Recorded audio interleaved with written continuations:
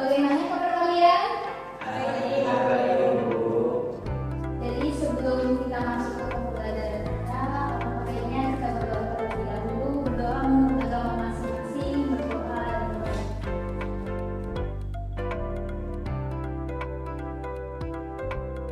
doa selesai. Nah, sebelum pembelajaran kita mulai, Ibu absen dulu ya. Afifah Sucinahara hadir. Oliver, Abijati, Hadir.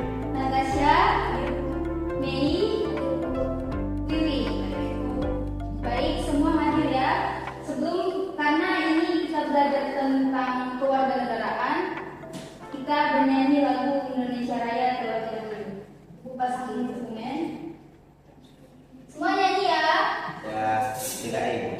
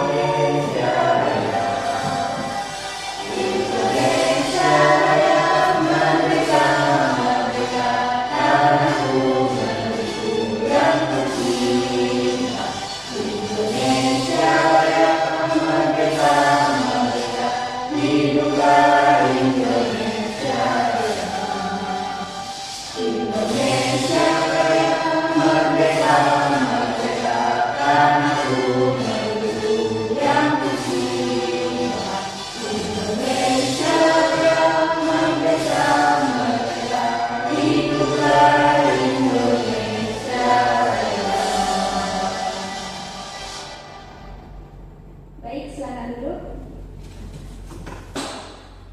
Nah, pada hari ini kita akan belajar tentang geopolitik Indonesia. Nah, tujuan pembelajaran kita yang pertama itu kita akan memahami pengertian dari geopolitik Indonesia. Yang kedua, mengetahui unsur-unsur geopolitik Indonesia. Yang ketiga, memahami tujuan geopolitik Indonesia. Yang keempat, menjelaskan lokasi dan posisi Indonesia. Dan yang terakhir itu mengidentifikasi sumber daya alam yang dimiliki oleh Indonesia. Nah, kita masuk yang pertama, yaitu pengertian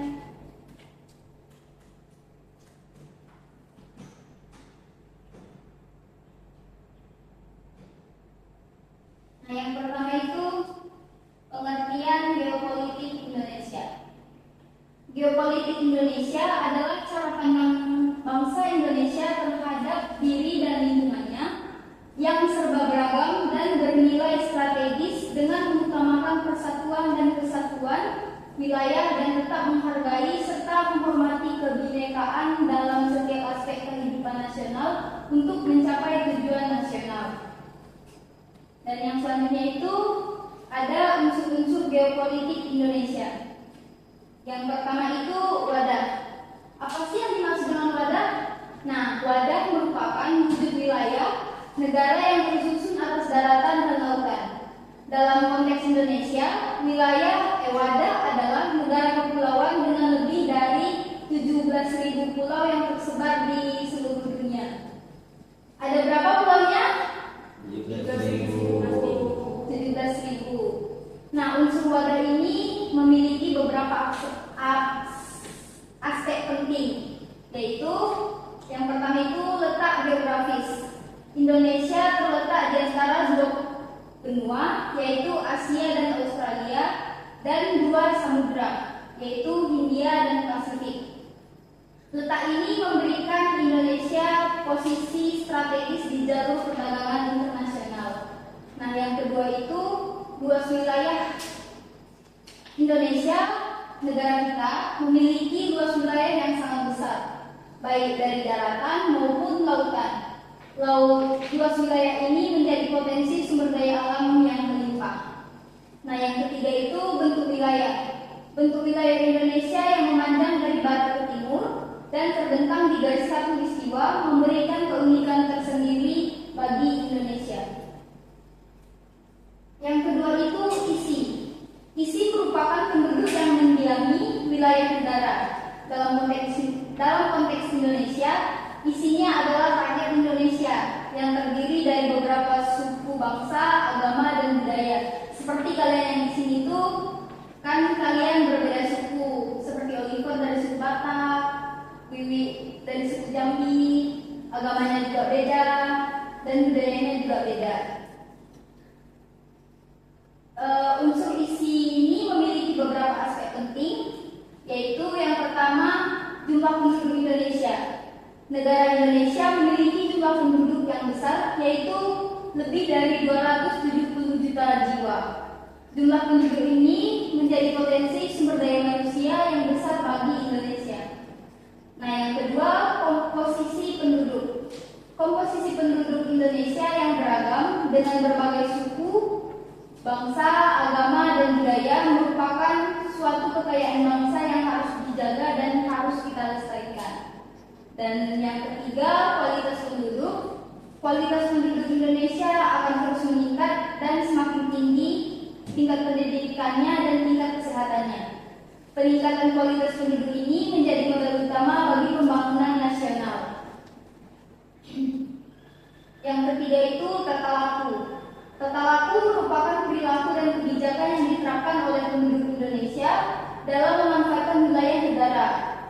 Dalam konteks Indonesia, tata lakunya adalah wawasan Nusantara, yaitu cara pandang bangsa Indonesia terhadap diri dan lingkungannya yang serba beragam dan bernilai strategis dengan mengutamakan persatuan dan kesatuan wilayah, dan tetap menghargai serta menghormati kebinekaan dalam setiap aspek kehidupan nasional untuk mencapai tujuan nasional.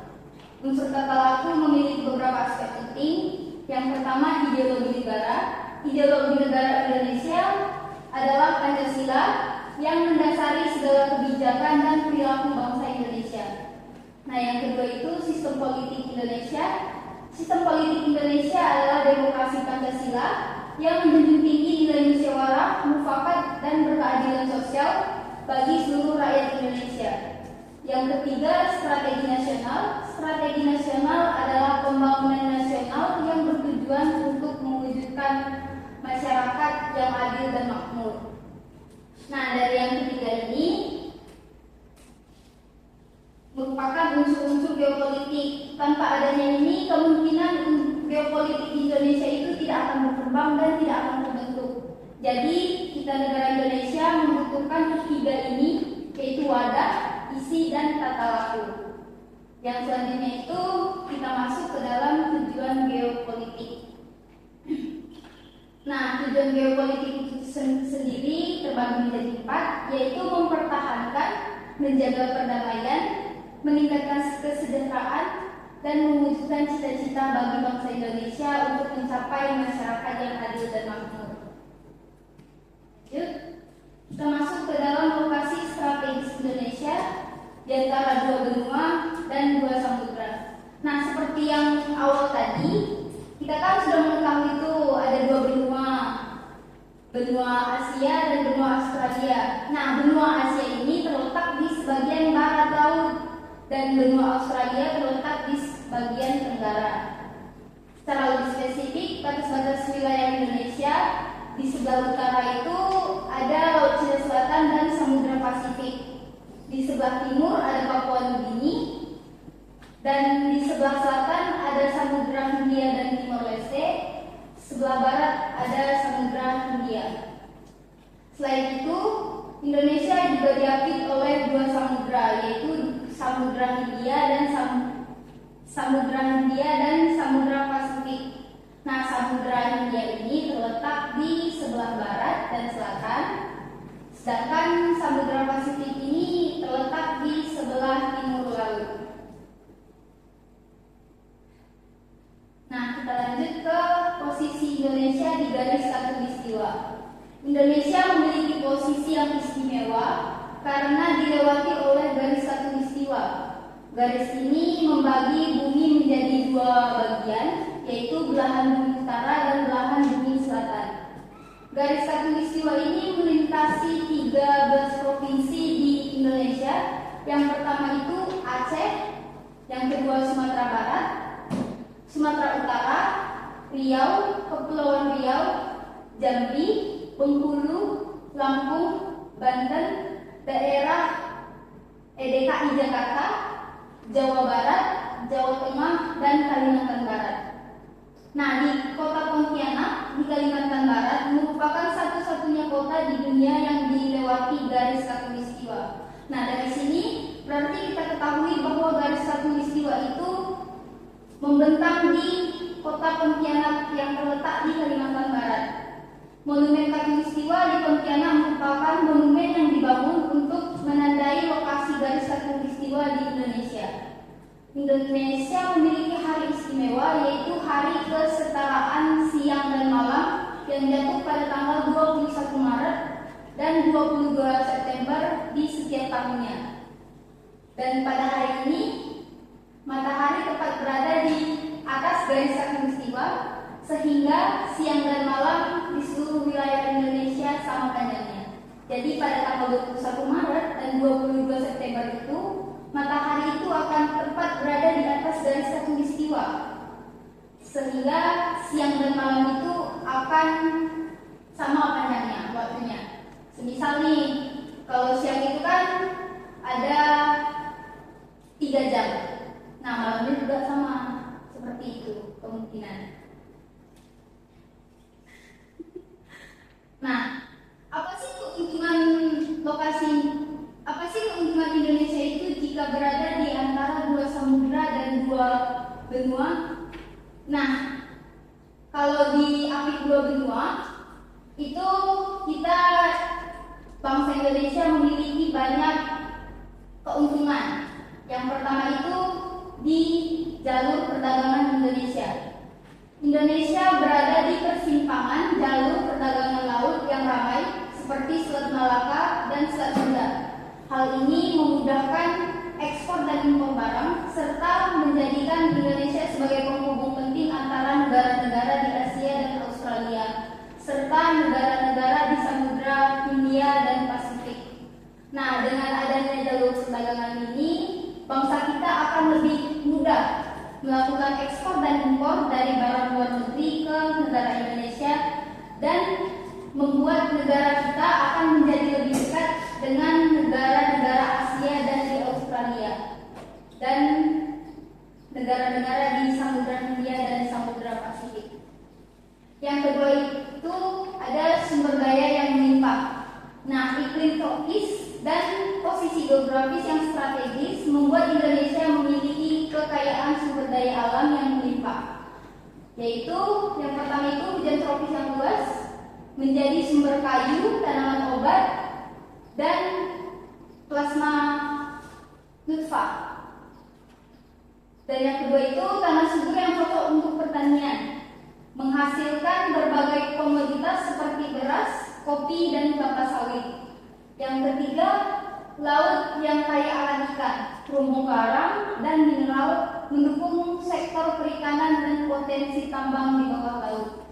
Selain di jalur perdagangan, kita juga yang berada di antara dua benua dan dua samudra ini, kita juga memiliki keuntungan di sumber kayu, tanaman obat, beras, kopi, dan lain-lain. Sehingga itu membuat keuntungan yang besar bagi negara kita. Nah, yang ketiga itu keanekaragaman hayati tinggi. Iklim tropis yang hangat dan lembab mendukung pertumbuhan berbagai jenis flora dan fauna. Indonesia termasuk negara dengan mega biodiversity yang memiliki banyak spesies akademik, endemik yang unik dan langka. Kekayaan ini berpotensi dimanfaatkan untuk bidang penelitian dan pariwisata serta pengembangan negara kita memiliki satu tanaman yang langka. Apa itu? Bunga Edelweiss nggak? Oh iya, Rafflesia anemone, bunga yang bau bangkai. Nah, jadi itu ketiganya keuntungan lokasi Indonesia bila diapit oleh 2 samudra dan 2 benua. Selanjutnya ada potensi yang wisata yang besar. Keindahan alam dan keragaman budaya menjadikan Indonesia tujuan wisata yang menarik. Wisatawan mancanegara maupun lokal terpesona dengan pantai yang indah dengan pasir putih dan terumbu karang yang mempesona.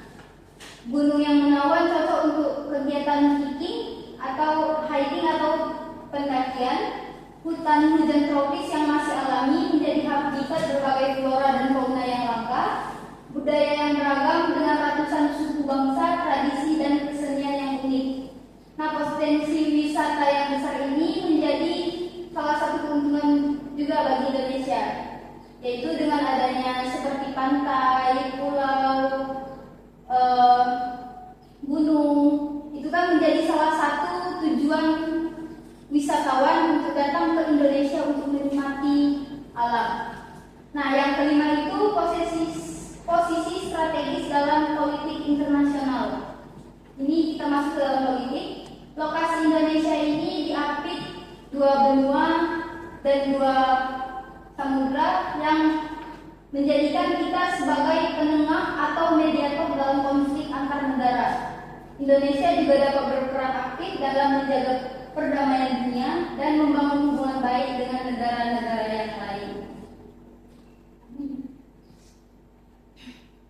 Nah, kita masuk ke dalam keuntungan posisi Indonesia di garis khatulistiwa. Indonesia memiliki posisi istimewa karena dilewati oleh garis khatulistiwa. Garis ini membagi bumi menjadi 2 bagian, yaitu belahan bumi utara dan belahan bumi selatan. Nah, keuntungannya antara lain yang pertama itu iklim tropis yang stabil. Yang iklim kita yaitu suhu hangat dan lembab sepanjang tahun. Rata-rata suhu di Indonesia berkisaran antara 25 derajat Celcius hingga 30 derajat Celcius. Hal ini ideal untuk pertumbuhan berbagai jenis tanaman dan hewan serta mendukung sektor pertanian dan pariwisata.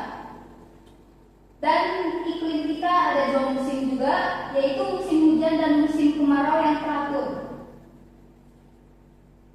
memungkinkan petani untuk merencanakan kegiatan pertaniannya dengan lebih baik. Curah hujan yang tinggi, rata-rata curah hujan di Indonesia itu mencapai 1.750 mm per tahun.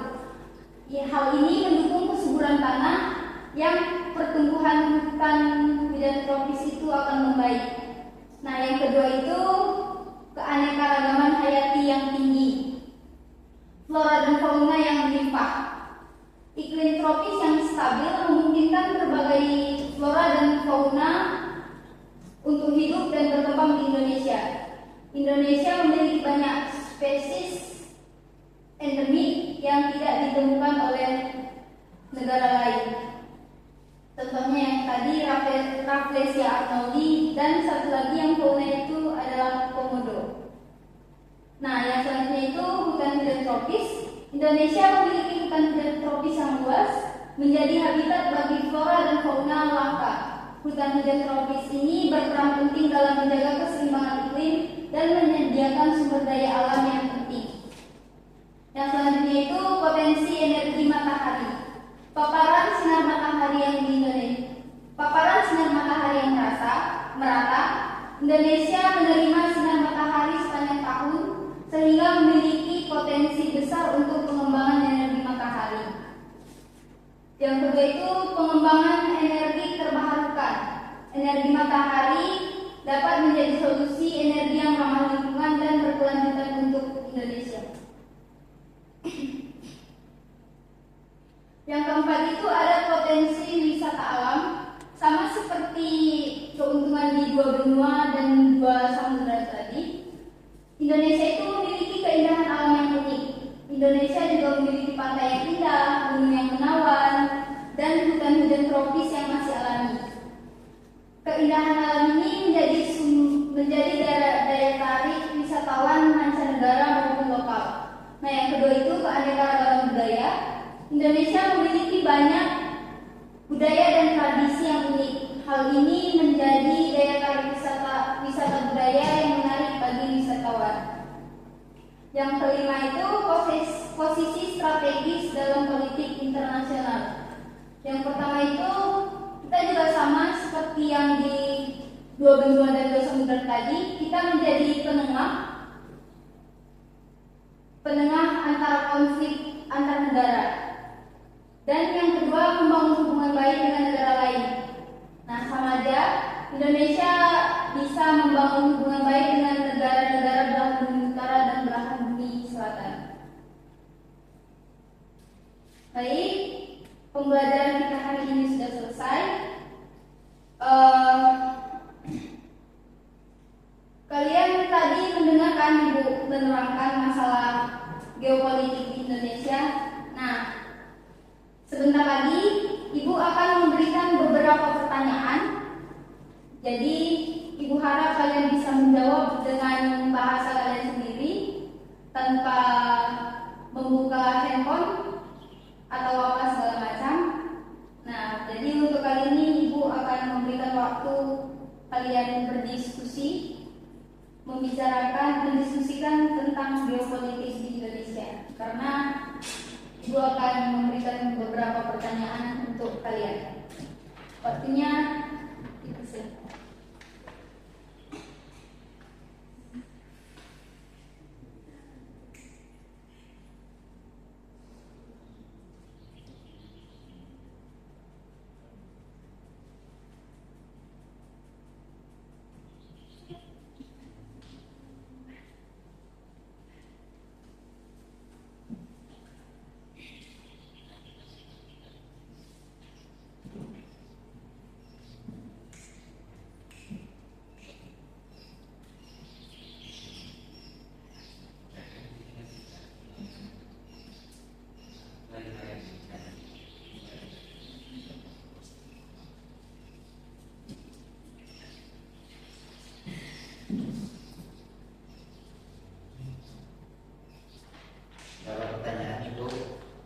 Ibu akan memberikan kurang lebih 5 pertanyaan. 5 pertanyaan itu jawabannya ada di slide yang Ibu terangkan tadi. Jadi kalau kalian mendengarkan dengan baik, kalian bisa menjawab pertanyaan ini. Tapi kalau kalian tadi mendengarkan dengan ngantuk, ya seperti teman kalian Jeki, ya kemungkinan itu kalian tidak akan bisa menjawab. Tapi Jeki berdoalah semoga kamu bisa menjawab pertanyaan ini dengan benar, tepat, dan jelas. Ya.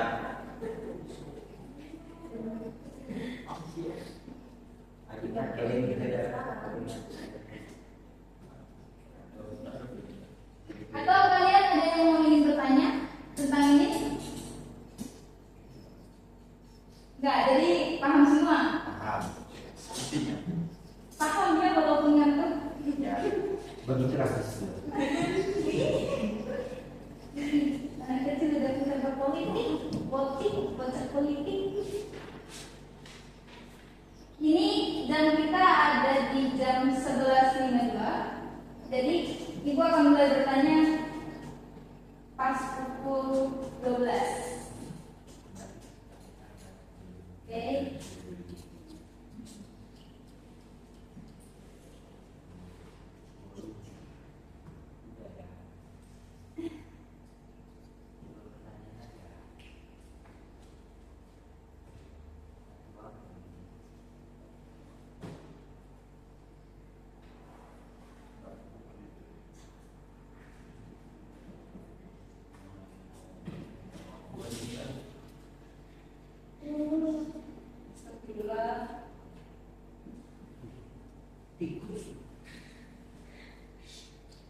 Ini waktu diskusi dan waktu ketawa-ketawa jadi.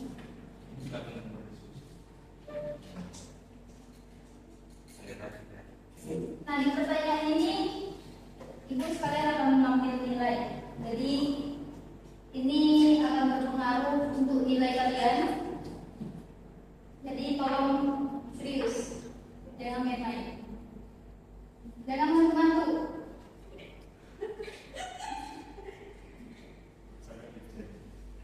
Mandi nggak sih tadi Diki?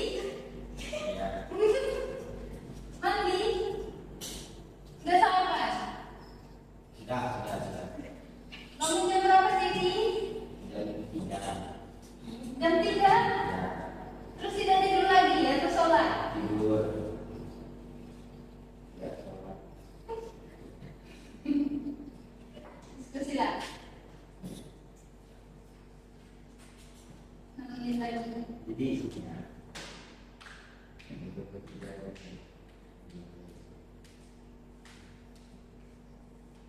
Saya ini biar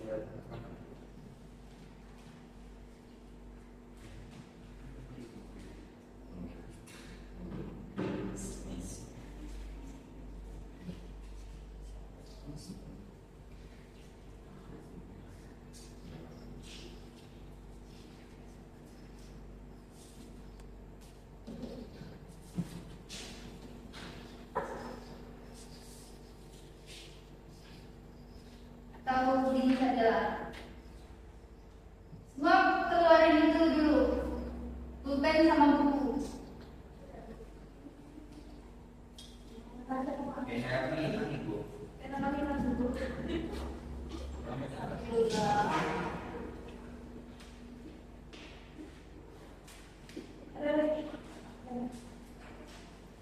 Siapa yang tidak punya pena?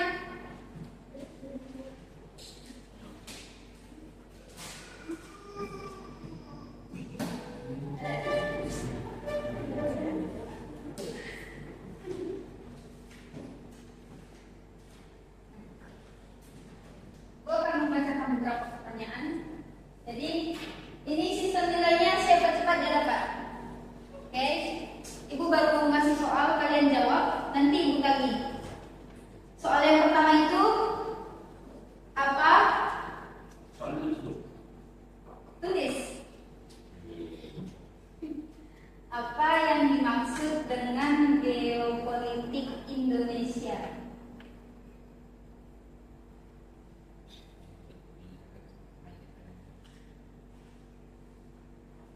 Apa yang dimaksud dengan geopolitik Indonesia?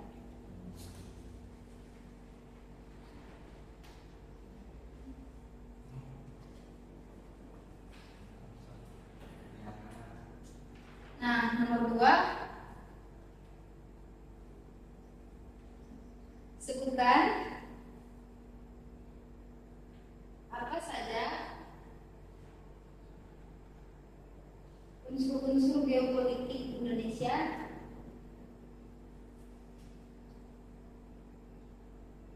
yang kamu ketahui.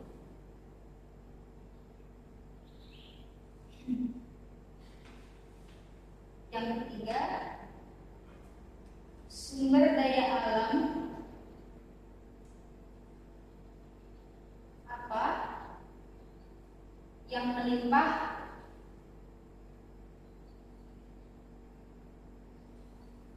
di Indonesia.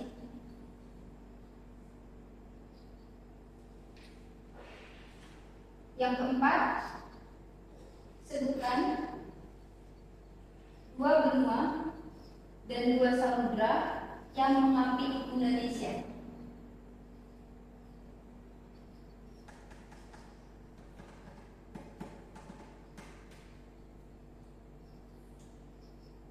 Yang kelima, sebutkan secara spesifik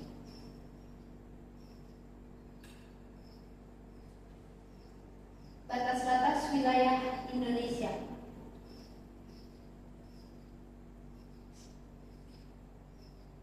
Soal yang terakhir, sebutkan tujuan dari geopolitik Indonesia.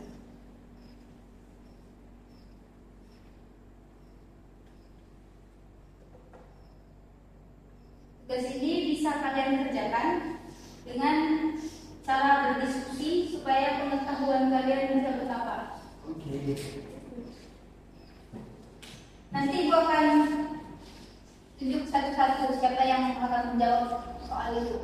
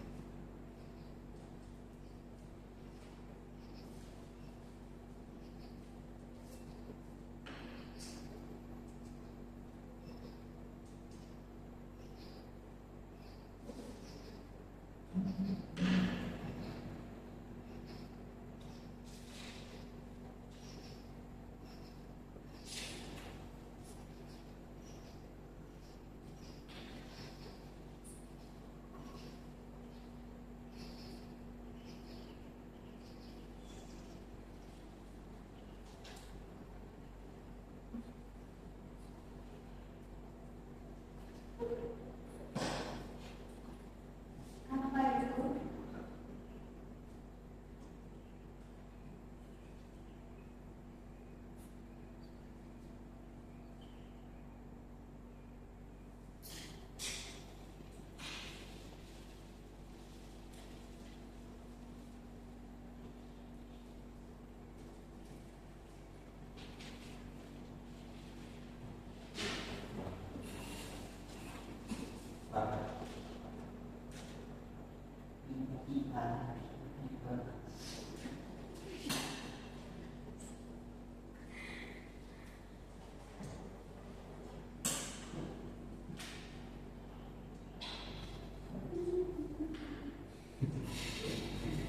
Sudah selesai?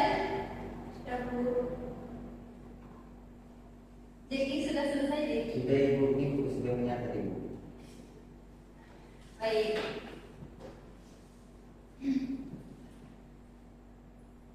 Jadi soal itu akan dibaca. Pertanyaan pertama.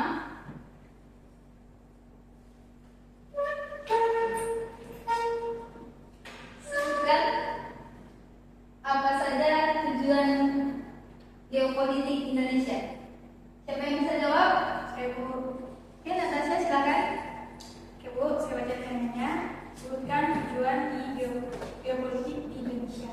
Tujuan geopolitik Indonesia itu yang pertama mempertahankan kedaulatan, yang kedua menjaga perdamaian, yang ketiga melindungi kesejahteraan, dan yang terakhir mewujudkan cita bangsa Indonesia untuk mencapai masyarakat yang adil dan makmur.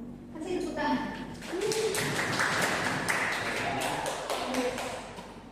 Berarti Natasha tadi mendengarkan Ibu ya menerangkan, tidak ngantuk tadi ya. Nah, pertanyaan selanjutnya, apa yang dimaksud dengan geopolitik Indonesia? Saya bisa jawab Ibu. Apa? Saya boleh menjawab Ibu. Boleh, silakan Jeki.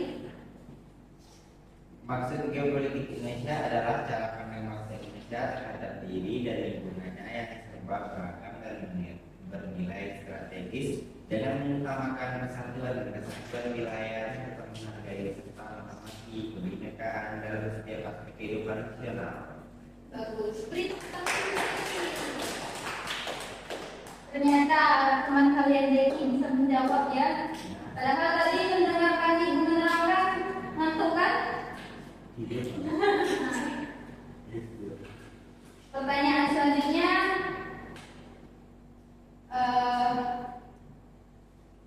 apa saja unsur-unsur geopolitik di Indonesia?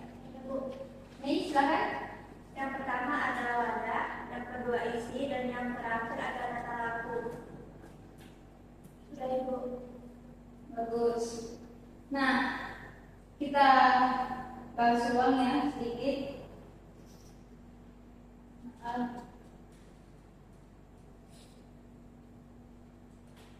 Nah, ini ya unsur-unsur tadi: wadah, isi, dan tata laku. Selanjutnya, sumber daya alam apa yang melimpah di Indonesia? Bu. Silakan Riri.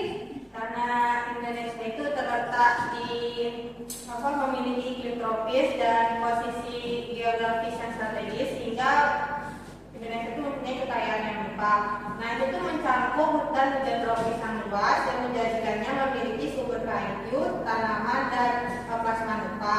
Kemudian ada tanah yang cocok, tanah subur yang cocok untuk pertanian, sehingga menghasilkan garam, kelapa sawit, dan kopi dan sebagainya. Kemudian juga ada laut yang kaya akan ikan, terumbu karang, dan mineral.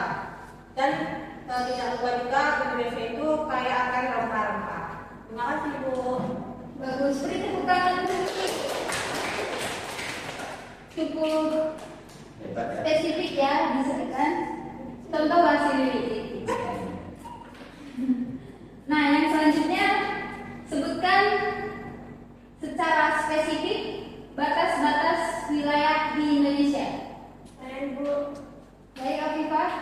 Jadi di sebelah selatan berbatasan Lampung dengan Laut Cina Selatan dan Samudra Pasifik. Di sebelah timur berbatasan dengan Papua Nugini. Di sebelah utara berbatasan dengan Samudra Hindia dan Timor Leste. Dan sebelah barat berbatasan dengan Samudra Hindia. Bagus, beri tepuk tangan.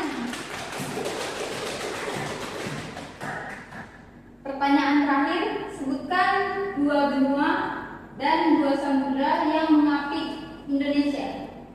Terakhir, Oliver, silakan jawab.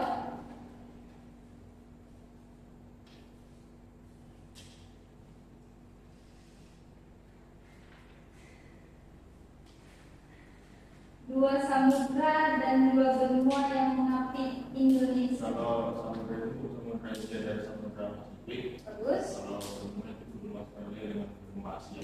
Bagus. Nah, dari beberapa pertanyaan ini, Ibu sudah mengklaim bahwa kalian sudah mengerti topik kita pada hari ini, yaitu tentang geopolitik Indonesia. Ya. Jadi,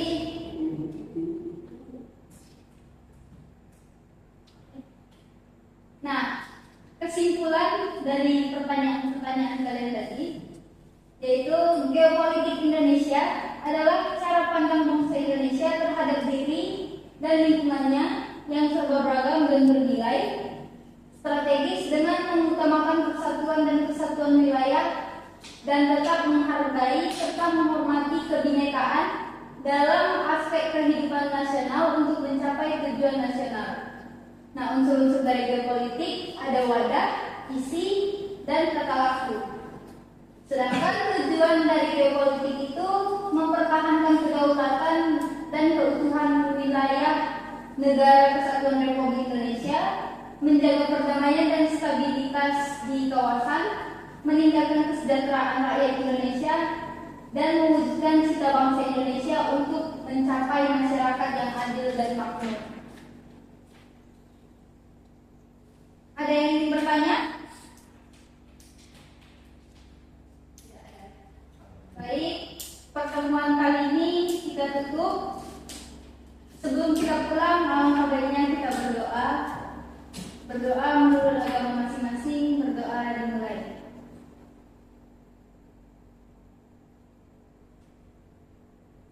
Berdoa selesai. Pembelajaran